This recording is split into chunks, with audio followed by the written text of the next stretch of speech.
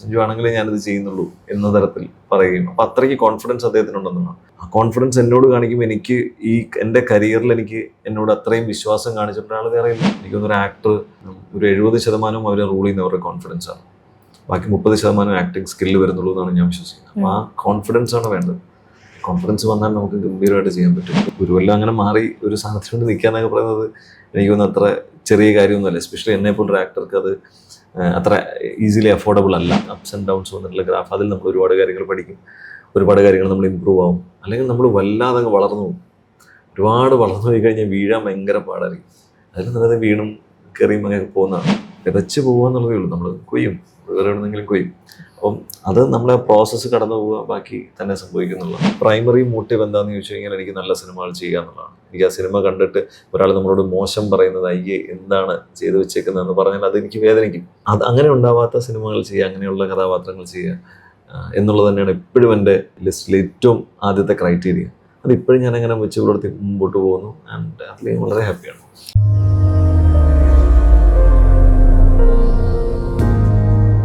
CPX ടോക്കിൽ ഇന്ന് കൂടെ ഉള്ളത് സഞ്ജു ശിവറാമാണ്. സഞ്ജു ഏട്ടാ, വെൽക്കം ടു CPX ടോക്ക്.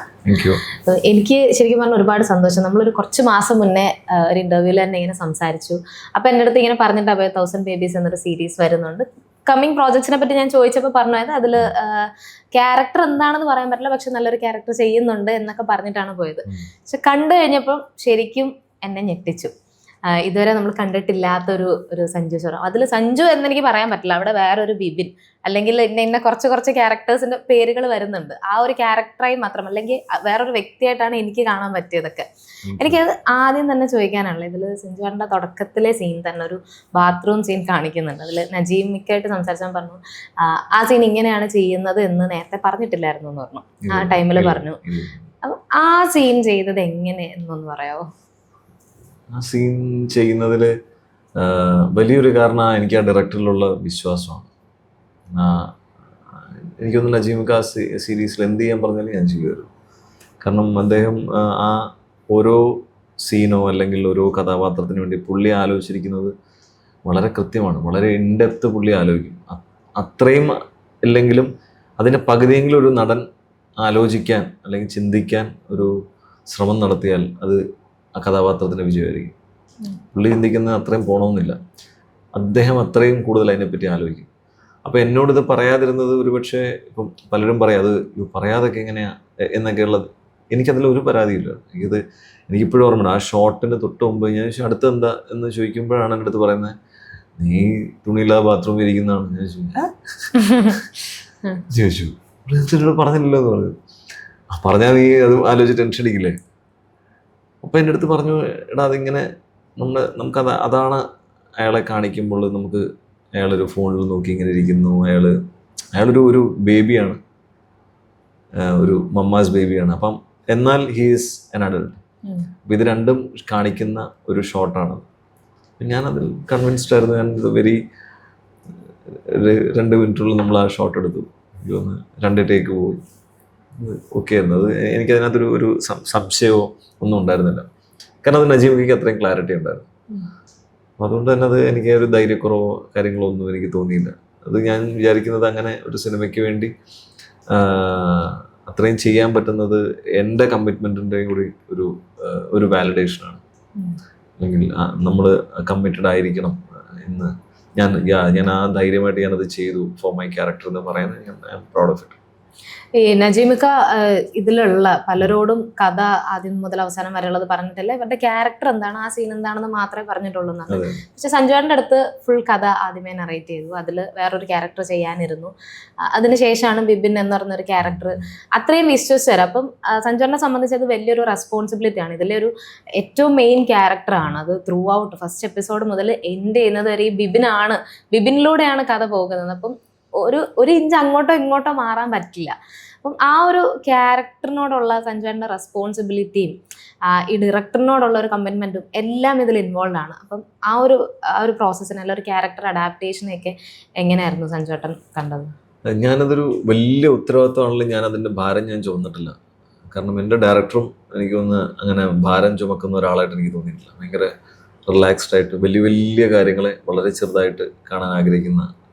ഞാനാണെങ്കിലും എൻ്റെ ഞാനും അങ്ങനെ തന്നെയാണ്. ഇതിനെ ഒരു വലിയൊരു സംഭവമായിട്ട് കാണാനോ ഞാൻ ആഗ്രഹിക്കുന്നില്ല. അതുകൊണ്ടാണ് ഇത് റിലീസ് വരെ ആരൊക്കെ എന്തൊക്കെ ചോദിച്ചാലും ഞാൻ നല്ലതാണ്, ഓക്കെയാണ്, വർക്കായാൽ വർക്കാവും. കുറച്ച് നല്ല സംഭവങ്ങളുണ്ട്, അത് മേ ബി വർക്കാവും എന്ന് മാത്രമേ, അതിനേക്കാൾ അപ്പുറത്തേക്ക് ഒരു വലിയ പ്രതീക്ഷ വെച്ച് പുലർത്തുകയോ അല്ലെങ്കിൽ അതിനെപ്പറ്റി വലിയ വാക്കിൽ സംസാരിക്കുകയോ അതിൽ എനിക്കത് പറ്റാറില്ല. ഇത് നജീംക്ക ഇങ്ങനത്തെ ഒരു കഥാപാത്രം എന്നോട് പറയുമ്പോൾ ഞാൻ ആദ്യം നജീംക്കയോട് ഇത് എന്നോട് കഥ നറേറ്റ് ചെയ്യുന്ന തന്നെ ഞാൻ വളരെ ആദർശ്യമായിട്ടാണ്. കാരണം അദ്ദേഹം എൻ്റെ അടുത്ത് മറ്റേ കഥാപാത്രം ആദ്യം പറഞ്ഞു, അത് കഴിഞ്ഞ് 2 ദിവസം കഴിഞ്ഞപ്പോൾ ഞാൻ ചോദിച്ചു എന്താ സബ്ജക്റ്റ് എന്താണെന്നാണ് ചോദിച്ചത്. അപ്പോഴാണ് എൻ്റെ അടുത്ത് എടാ ഞാൻ പറയാമെന്ന് പറഞ്ഞാൽ അങ്ങനെ എൻ്റെ അടുത്ത് ഒരു 1.5-2 മണിക്കൂറോളം എൻ്റെ അടുത്ത് ഫോണിൽ ഇതിനെപ്പറ്റി സംസാരിക്കും. അങ്ങനെ സംസാരിച്ച് അപ്പോൾ ഞാൻ ചോദിച്ചു അയ്യോ ഇത് ഗംഭീര പരിപാടിയാണല്ലോ, അതെങ്ങനെ എന്നൊക്കെ ഇങ്ങനെ ആലോചിച്ച് ഞാൻ വല്ലാണ്ട് ഞെട്ടിപ്പോയാണ്. എന്നിട്ട് ഞാൻ ചോദിച്ചു അത് ആരാ ചെയ്യുന്നതെന്ന് ഞാൻ ചോദിച്ചു. ആ ചോദ്യത്തിലാണ് കാര്യങ്ങൾ തിരിഞ്ഞു പോയത്. എൻ്റെ എക്സൈറ്റ്മെൻറ്റും എനിക്ക് ആ കഥ കേട്ട എൻ്റെ എക്സൈറ്റ്മെൻറ്റും കണ്ടിട്ടായിരിക്കണം അദ്ദേഹത്തിന് ഓക്കെ ഇന്നയാൾ ചെയ്താൽ നന്നായിരിക്കും എന്ന് പറയുകയും അതിൻ്റെ പിന്നീട് ഒരുപാട് കാര്യങ്ങൾ നടന്നിട്ടുണ്ട്. അതിനുവേണ്ടി നജീംക്ക അവസാനം ഹോട്ട്സ്റ്റാറിനോട് പറയും സഞ്ജു ആണെങ്കിലേ ഞാനിത് ചെയ്യുന്നുള്ളൂ എന്ന തരത്തിൽ പറയുകയും അപ്പം അത്രയ്ക്ക് കോൺഫിഡൻസ് അദ്ദേഹത്തിനുണ്ടെന്നാണ്. ആ കോൺഫിഡൻസ് എന്നോട് കാണിക്കുമ്പോൾ എനിക്ക് ഈ എൻ്റെ കരിയറിൽ എനിക്ക് എന്നോട് അത്രയും വിശ്വാസം കാണിച്ചിട്ട് ഒരാൾ വേറെ ഇല്ല. അപ്പം ആ മനുഷ്യനോട് അതുപോലെ തിരിച്ചു കൊടുക്കുക എന്നുള്ളതല്ലാതെ വേറെ നിവൃത്തിയില്ല. അത്രയും കമ്മിറ്റഡ് ആയിട്ട് ഞാൻ തിരിച്ച് ചെയ്യുക എന്നുള്ളതാണ്. പിന്നെ ഇത് ഞാനും പറഞ്ഞില്ല, ഇതൊരു വലിയൊരു ഹെർക്കുലിയൻ ടാസ്ക് ആയിട്ട് എടുക്കുമ്പോഴാണ് ഇത് വലിയൊരു പ്രശ്നമായിട്ട്. ഞാനതിനെ ഓരോരോ ഫേസസ് ആയിട്ടും ഓരോ ദിവസമായിട്ടും മാത്രമേ ഞാൻ എടുത്തിട്ടുള്ളൂ. ഈ ദിവസത്തെ കാര്യങ്ങൾ ഇങ്ങനെയാണ്, അതെങ്ങനെ കടന്നു പോവുക. ഈ കഥാപാത്രം ഇങ്ങനെയാണ്. അപ്പം ഓരോ 4 കഥാപാത്രം 4 ഫേസസ് ഉള്ളതിനെ 4 കഥാപാത്രമായിട്ടാണ് ഞാൻ കണ്ടിട്ടുള്ളത്. 4 സിനിമയെ അപ്രോച്ച് ചെയ്യുന്നവരെ ഞാൻ കണ്ടിട്ടുള്ളൂ. അപ്പം അതിലൊരു സിനിമയ്ക്ക് ഇങ്ങനെയൊക്കെ വേണം. അതാണ് ഏറ്റവും ബുദ്ധിമുട്ടുള്ളതും ബിബിൻ എന്ന് പറയുന്ന ഭാഗമാണ്. ആ ബിബിൻ്റെ സമയത്തെന്ന് പറഞ്ഞാൽ ബിബിന് ഒരുപാട് ഇൻപുട്ട് ആ സ്ക്രിപ്റ്റിലുണ്ട്. അത് വെറുതെ ഒരു പെരിഫറലായിട്ട് പോകുന്ന ഒരു നറേറ്റീവ് അല്ല, അതിന് വളരെ ഇൻഡെപ്ത് ആയിട്ട് പോകുന്നുണ്ട്. അപ്പം ബിബിൻ ഇങ്ങനെ ആയിരിക്കും, ബിബിൻ അങ്ങനെ ആയിരിക്കും എന്നൊക്കെ നമുക്ക് ഊഹിക്കാനുള്ള പോയിന്റ്സ് അതിനകത്തുണ്ട്. അപ്പം നമ്മളത് പിന്നീട് ബാക്കിൽ വർക്ക് ചെയ്യും, പുറകിൽ വർക്ക് ചെയ്യുന്ന സമയത്ത് നമുക്കത് കുറേ കാര്യങ്ങളുണ്ട്. ബിബിൻ എന്തുകൊണ്ടായിരിക്കും അങ്ങനെ, ഒരമ്മ ഇങ്ങനെ വളർത്തി കഴിഞ്ഞാൽ ബിബിൻ ചിലപ്പോൾ അങ്ങനെ ആയിപ്പോയില്ലേ, ബിബിൻ ചിലപ്പോൾ സ്ത്രീകൾ നെർവസ്നെസ് കാണിക്കുമ്പോഴാണ് ചിലപ്പോൾ പലപ്പോഴും ഈ കൈ ഇങ്ങനെ യൂസ് ചെയ്യുക, പെൺകുട്ടികൾ പലപ്പോഴും. അപ്പോൾ ബിബിൻ ചിലപ്പോൾ അങ്ങനെയായിരിക്കും കാണിക്കുക. അപ്പോൾ ഇതിനുള്ളതെല്ലാം അതിലുണ്ട്. സാറാമ്മച്ചിയെ പോലെ ആയിരിക്കും ബിബിൻ ഒച്ച ഉണ്ടാക്കുന്നത് അല്ലെങ്കിൽ വിഷമിക്കുന്നത്, ഇതൊക്കെ ഉണ്ട്. സാറാമ്മച്ചിയുടെ മുമ്പിൽ ഇപ്പോഴും അയാളൊരു കൊച്ചു കുഞ്ഞാണ്. അപ്പം കുട്ടികളെ പോലെയാണ് എപ്പോഴും അവരുടെ അടുത്ത് നിൽക്കുന്നതും. സാറാമ്മച്ചി എടുത്തത് ഇങ്ങനെ സാറാമ്മച്ചി മാർക്കർ എടുത്ത് കൊടുക്കാൻ പറയുന്ന സമയത്ത് അയാൾ മാർക്കർ ചെയ്ത് കൊടുക്കുന്നതൊക്കെ അയാൾ ഹോംവർക്ക് ചെയ്യുന്നതിൻ്റെ ടെൻഷനിലെന്ന പോലെയാണ് അയാൾ ചെയ്യുന്നത്. അപ്പം എന്നിട്ട് ഇടയ്ക്ക് ഇങ്ങനെ നോക്കുന്നുണ്ട്, സാറാമ്മച്ചിക്ക് ദേഷ്യം വരുന്നുണ്ടോ ഇങ്ങനെ നോക്കുന്നുണ്ട് സമയം കൂടുതലെടുക്കുമ്പോൾ. അതൊക്കെ അതിലുണ്ട്, അതിലൊക്കെ ഉണ്ട്. അപ്പം അത് വായിച്ച് അതിനോട് കൂടുതൽ അതിനനുസരിച്ച് ചിന്തിച്ചാൽ, ഞാൻ നേരത്തെ പറഞ്ഞ പോലെ ആ ഡയറക്ടർ ആലോചിക്കുന്നതിൻ്റെ ഒരു പകുതി നമ്മൾ ചിന്തിച്ചാൽ നമ്മൾ അവിടെ എത്തും. ഈ പറഞ്ഞ ഈ മാനറിസംസ് എല്ലാം സ്ക്രിപ്റ്റിൽ ഇൻവോൾവ് ആയിരുന്നോ അതോ സഞ്ജുവാട്ടനായിട്ട് കൊണ്ടുവന്നതായിരുന്നോ? അല്ല, അങ്ങനെ ഒരു മാനറിസം സ്ക്രിപ്റ്റിലായിട്ട് അങ്ങനെ എഴുതിയിട്ടില്ല. അയാൾ ഇങ്ങനെ ചെയ്യണം അങ്ങനെ ചെയ്യണം അതൊന്നും എഴുതിയിട്ടില്ല. പക്ഷെ അയാൾ ഇങ്ങനെയൊക്കെയാണ് അയാളുടെ ഈ പറയുന്ന, ഞാൻ ഇപ്പം നേരത്തെ പറഞ്ഞ ട്രേറ്റ്സ്. ഇപ്പം നമ്മളെ വീട്ടിൽ വളർത്തുന്ന പോലെ ആയിരിക്കും നമ്മൾ പുറത്ത് ബിഹേവ് ചെയ്യുന്നത്, നമ്മളോട് പറയുന്ന പോലെ ആയിരിക്കും നമ്മൾ റിയാക്ട് ചെയ്യുന്നത്, നമ്മൾ കണ്ട് ശീലിച്ച കാര്യങ്ങളായിരിക്കും. അപ്പം ഇതെല്ലാം ഇയാളെ ഇൻഫ്ലുവൻസ് ചെയ്തിട്ടുണ്ടെങ്കിൽ കുറേ നമ്മൾ അറിഞ്ഞും കുറേ അറിയാതെയും വരുന്നതാണ് ഈ മാനറിസംസ് എന്ന് പറയുന്നത്. അത് നമുക്ക് ഫുള്ളി നേരത്തെ പ്ലാൻ ചെയ്ത് ചെയ്യാനൊന്നും പറ്റുമെന്ന് എനിക്ക് തോന്നുന്നില്ല. ഇപ്പം അയാൾ കൈ എങ്ങനെ ഇത് ചെയ്യുന്നതൊന്നും ഞാൻ അങ്ങനെ അത്ര പ്ലാൻഡ് ആയിട്ടൊന്നും അല്ല അത് ചെയ്തത്. അത് ചില സമയത്ത് നമുക്ക്, കാരണം അയാൾ നെർവസ്നെസ് വരുന്ന സമയത്ത് എങ്ങനെയായിരിക്കും അവർ ചിലപ്പോൾ ഇപ്പം ചിലത് അയാൾക്ക് പേടി വരുമ്പോൾ ഞാൻ ആലോചിച്ചു അയാൾ ചിലപ്പോൾ കൈ കൊണ്ട് ഇങ്ങനെ സ്വന്തം കാലിലിങ്ങനെ ഇങ്ങനെ ഇറുക്കി പിടിക്കും, അല്ലെങ്കിൽ ഇങ്ങനെ മുറുക്കി പിടിക്കും. അവർ പലപ്പോഴും നമ്മൾ കണ്ടിട്ടുണ്ട് ഈ ഭയങ്കരമായിട്ട് പേടി വരുന്ന സമയത്ത് ഇപ്പം കൈ ഇങ്ങനെ താഴേക്ക് തൂക്കിയിട്ടിരിക്കുകയാണെങ്കിൽ അവർ കൈയുടെ പാൻറ്റിൽ ഇങ്ങനെ മുറുക്ക പിടിക്കും, പേടിയായിട്ടും എന്ത് ചെയ്യണമെന്നറിയാതെ. അങ്ങനെയുള്ള ഒരുപാട് കാര്യങ്ങൾ നമ്മൾ ചിന്തിക്കുമ്പോൾ കൂട്ടത്തിൽ ചിലപ്പോൾ നമ്മൾ ചെയ്യുന്ന സമയത്ത് ചില സാധനങ്ങൾ തന്നെ വരും. അപ്പോൾ കുറേയൊക്കെ നമ്മൾ അറിയാതെ വരുന്നതാണ്, ചിലതൊക്കെ നമ്മൾ അറിഞ്ഞുകൊണ്ട് വരുന്നതാണ്. പക്ഷെ നമ്മൾ ആ കഥാപാത്രത്തിലായിരിക്കാനും ആ സീനിൽ ഇന്നായിരിക്കാനും ശ്രമിക്കുക എന്നുള്ളതല്ലാതെ വേറൊരു കാര്യം ഉണ്ടെന്ന് എനിക്ക് തോന്നുന്നു. അതിൻ്റെ നമ്മുടെ ഇൻവോൾവ്മെൻറ്റ് 100% ആവുന്ന സമയത്ത് ഏറ്റവും നല്ല ഔട്ട് നമുക്ക് വരും. പക്ഷേ ഞാൻ പേഴ്സണലി വിശ്വസിക്കുന്ന ഒരു ആക്ടറിനെ എപ്പോഴും പാളിപ്പോകുന്നത് അയാൾക്ക് 100% ചിലപ്പോൾ ഇൻവോൾവ് ആവാൻ പറ്റില്ല ചിലപ്പോൾ ചില സമയങ്ങളിൽ. പല സാഹചര്യങ്ങളായിരിക്കും. നമ്മൾ ചിലപ്പോൾ ഡിസ്റ്റർബ് ചെയ്യുന്നൊരു കോൾ വന്നാൽ നമ്മൾ ചിലപ്പോൾ ഡിസ്റ്റർബ്ഡ് ആവും. ചിലപ്പോൾ നമ്മൾ ആ സമയത്ത് ആരെങ്കിലുമായിട്ട് നമ്മൾ ഒരു സംസാരം ഉണ്ടായത്, നമ്മൾ ഏതൊരു വിഷയം നമ്മൾ കേട്ടത് നമ്മുടെ ഇപ്പം ചിലപ്പോൾ നമ്മുടെ ചൂട് കൊണ്ട് നമ്മുടെ ക്ലൈമറ്റ് നമുക്ക് ബുദ്ധിമുട്ടാകുന്നതുകൊണ്ട് നമുക്ക് ചിലപ്പോൾ ബോഡിക്ക് വരുന്നത് ഇവിടെ ഒരു വേദനയുണ്ട്. അതിൻ്റെ പേരിലൊക്കെ ഇതിലൊക്കെ ഇൻവോൾവ്മെന്റ് പറയും. അപ്പം എനിക്ക് തോന്നുന്നു ഒരു ആക്ടർ 100 വട്ടം ശ്രമിക്കേണ്ട കാര്യം എന്ന് വെച്ച് കഴിഞ്ഞാൽ അയാൾ 100% ഇൻവോൾവ്മെന്റിൽ നിൽക്കാൻ പറ്റുക എന്നുള്ളതാണ്. അതുകൊണ്ടാണ് ആക്ടേഴ്സിന് അത്രയും നല്ല ഫെസിലിറ്റീസ് ഒരുപക്ഷെ കൊടുക്കുന്ന ഒരു ഡയറക്ടർ കൊടുക്കുന്നില്ല. പലപ്പോഴും നമ്മൾ ശ്രദ്ധിച്ചില്ല, പല ഡയറക്ടേഴ്സും അവർക്ക് പരമാവധി കംഫർട്ട് കൊടുക്കാൻ നോക്കും. കാരണം ഇവരെ വേറെ ഒന്നും ഇട്ട് അലട്ടരുത്. അപ്പോൾ എനിക്ക് വരുമ്പം അത് ആക്ച്വലി ആക്ടേഴ്സ് വലിയ സംഭവമായതുകൊണ്ടൊന്നുമല്ല,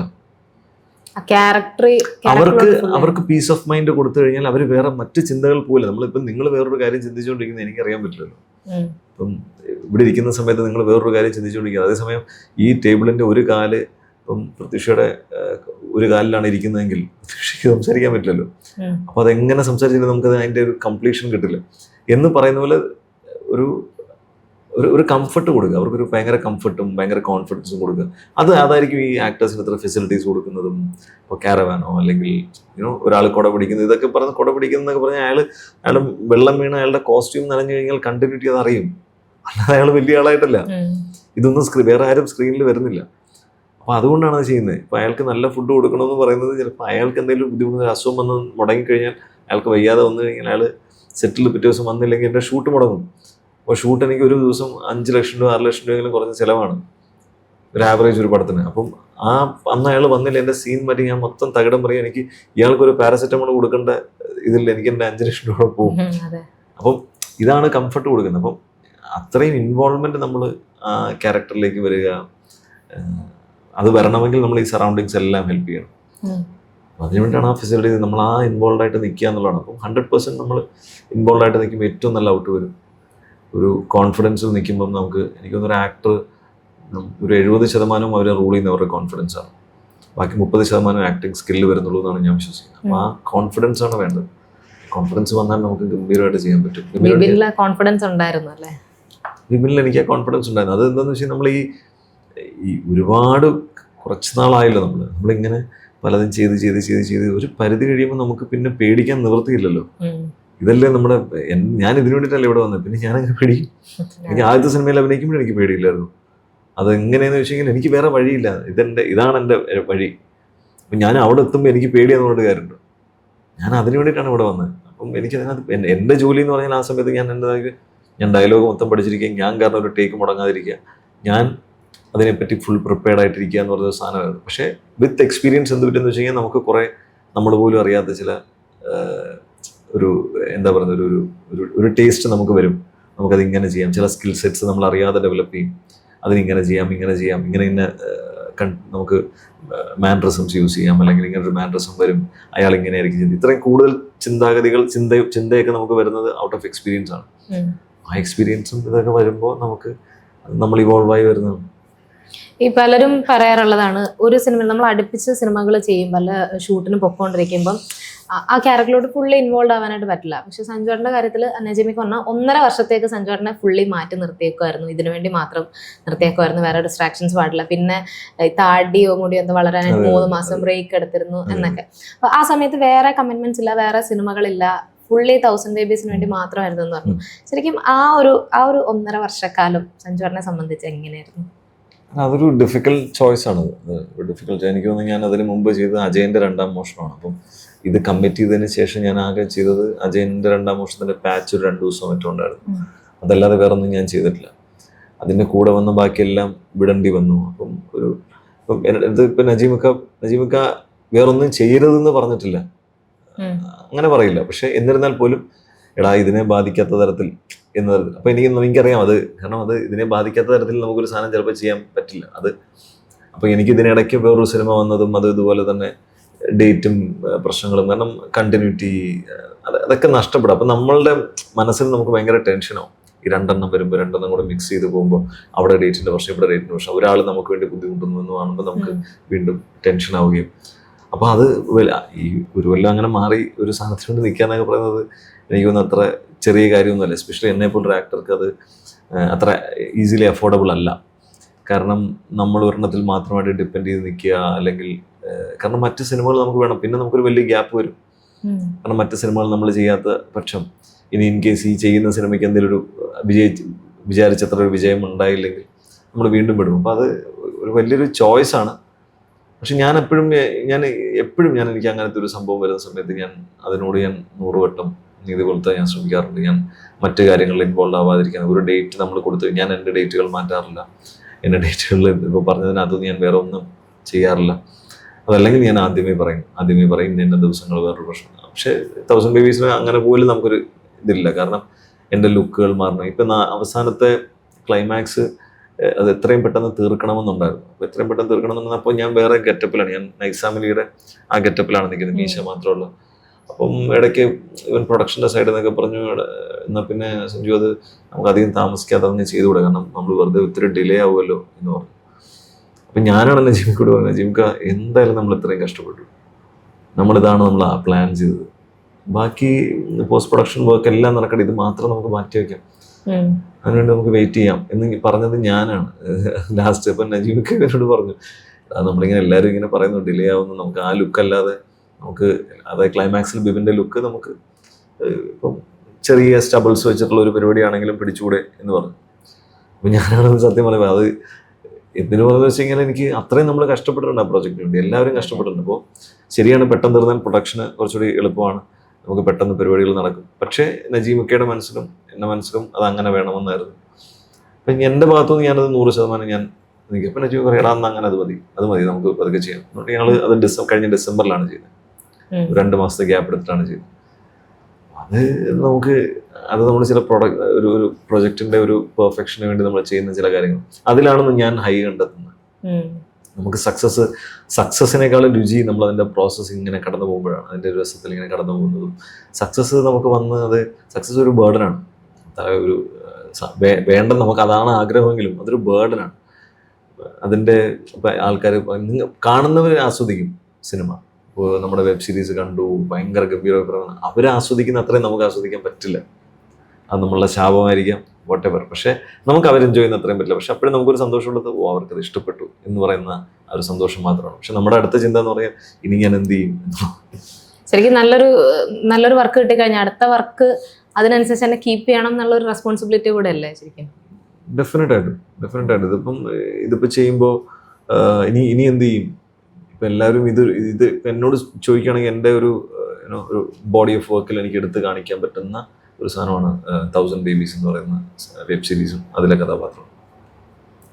അപ്പം നാളെ ഞാൻ ഒരു എന്തെങ്കിലും ഒരു ഇത് ചെയ്യുമ്പോൾ അതിന് എന്തെങ്കിലും ഉണ്ടായിരിക്കണമെന്ന് നമ്മൾ ആഗ്രഹിക്കും. അങ്ങനെ ഉണ്ടാവണമെന്ന് യാതൊരു നിർബന്ധവുമില്ല.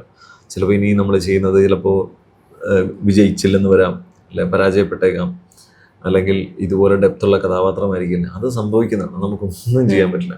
പിന്നെ ഈ ഫെയിലിയേഴ്സ് ഇതിൻ്റെ ഭാഗമാണ്, നമ്മൾ ഇതിൻ്റെ ഭാഗമാണ്. അപ്പം വെറുതെ ഇങ്ങനെ ഒരു സ്പൈക്ക് അല്ലാതെ എപ്പോഴും ഈ ഗ്രാഫ് തന്നെയാണ് നല്ലത്. അതായത് അപ്സ് ആൻഡ് ഡൗൺസ് വന്നിട്ടുള്ള ഗ്രാഫ്, അതിൽ നമ്മൾ ഒരുപാട് കാര്യങ്ങൾ പഠിക്കും, ഒരുപാട് കാര്യങ്ങൾ നമ്മൾ ഇമ്പ്രൂവ് ആവും. അല്ലെങ്കിൽ നമ്മൾ വല്ലാതെ അങ്ങ് വളർന്നു പോകും.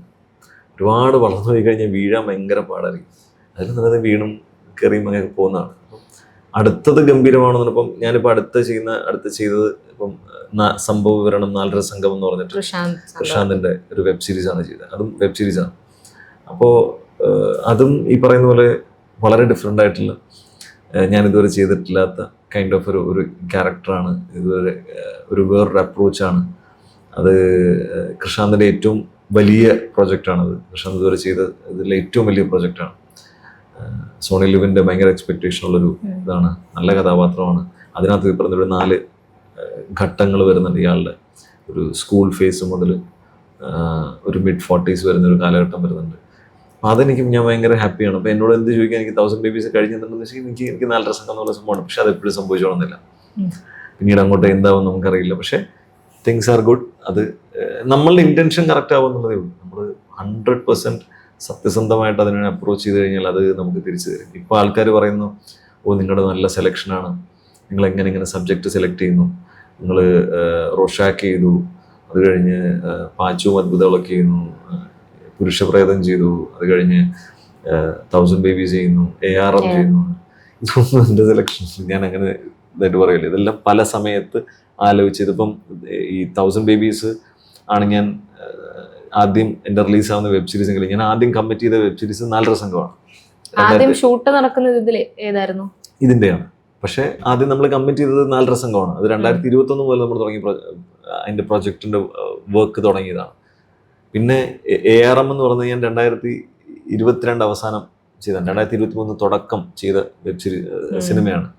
പാച്ചു അദ്ഭുതങ്ങളൊക്കെ ഞാനായിരുന്നില്ല, വളരെ വൈകിയ വേളയിൽ എനിക്ക് വന്നൊരു സാധനമാണ്.